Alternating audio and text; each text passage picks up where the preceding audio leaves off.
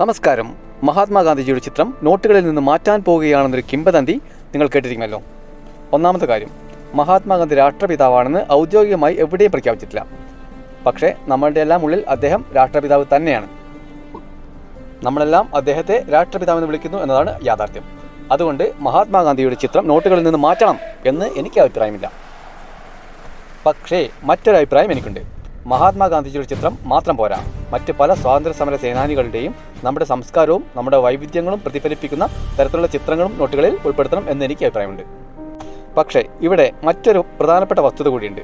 നമുക്ക് സ്വാതന്ത്ര്യം ലഭിച്ച കാലം മുതൽ തന്നെ ഗാന്ധിജിയുടെ ചിത്രമാണ് നോട്ടുകൾ ഉണ്ടായിരുന്നതെന്ന് പലരും കരുതുന്നു. എന്നാൽ അത് സത്യമല്ല. 1947 മുതൽ 49 കാലഘട്ടങ്ങളിൽ ബ്രിട്ടീഷ് രാജാവിൻ്റെ ചിത്രത്തിന് പകരം നോട്ടുകളിൽ നൽകിയിരുന്നത് അശോക സ്തംഭമായിരുന്നു. 1948 ഗാന്ധിജി അന്തരിച്ചെങ്കിലും അന്നത്തെ നോട്ടുകളിൽ അദ്ദേഹത്തിൻ്റെ ചിത്രം ഉൾപ്പെടുത്തിയിരുന്നില്ല. എന്നാൽ 1969 ഗാന്ധിജിയുടെ 100ാം ജന്മവാർഷികത്തോടനുബന്ധിച്ചാണ് ആദ്യമായി അദ്ദേഹത്തിൻ്റെ ചിത്രം നോട്ടുകളിൽ പ്രത്യക്ഷപ്പെടുന്നത്. എന്നിരുന്നാലും ഗാന്ധിജിയുടെ ചിത്രം നോട്ടുകൾ സ്ഥിരമായി ഉപയോഗിക്കാൻ തുടങ്ങിയത് 1996 മുതൽ മാത്രമാണ്. അതായത് ഏകദേശം 29 വർഷം മുമ്പാണ് ഗാന്ധിജിയുടെ ചിത്രം നോട്ടുകൾ സ്ഥിരമായത്. ഈ പറയുന്നതിൻ്റെയൊക്കെ സംഗ്രഹം അദ്ദേഹത്തിൻ്റെ ചിത്രം നോട്ടുകളിൽ നിന്ന് മാറ്റണം എന്നല്ല കേട്ടോ. പക്ഷേ അദ്ദേഹത്തിൻ്റെ ചിത്രം ഉൾപ്പെടുത്തുന്നതിനോടൊപ്പം തന്നെ മറ്റ് പല സ്വാതന്ത്ര്യ സമര സേനാനികളുടെ ചിത്രം കൂടി നമ്മുടെ നോട്ടുകളിൽ വരാനുണ്ട്. അതിൽ പ്രധാനമായും സുഭാഷ് ചന്ദ്രബോസിൻ്റെ ചിത്രമാണ് ഉൾപ്പെടുത്തേണ്ടത്. അദ്ദേഹം നമ്മുടെ രാജ്യത്തിൻ്റെ സ്വാതന്ത്ര്യത്തിന് വേണ്ടി ഒരുപാട് പോരാടിയ ഒരു വ്യക്തിയാണ്.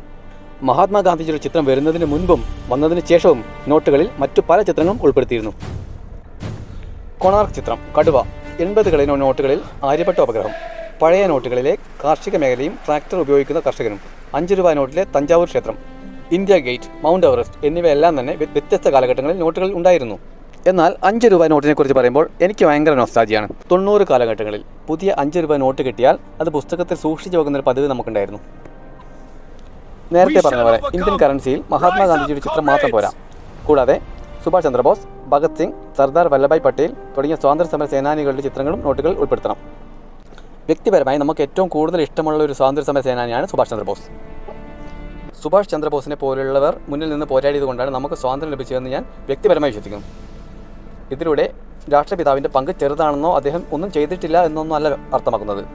എന്നാൽ നമ്മുടെ നാശം ആഗ്രഹിക്കുന്ന ഒരു ശത്രുവിനെ തുരത്തണമെങ്കിൽ അവൻ്റെ മുന്നിൽ പോയി പട്ടിണി കിടന്ന് അഹിംസ കാണിച്ചാൽ അവൻ ഒരിക്കലും ഇവിടെ നിന്ന് പോകില്ല എന്നതാണ് എൻ്റെ ഒരു കാഴ്ചപ്പാട്.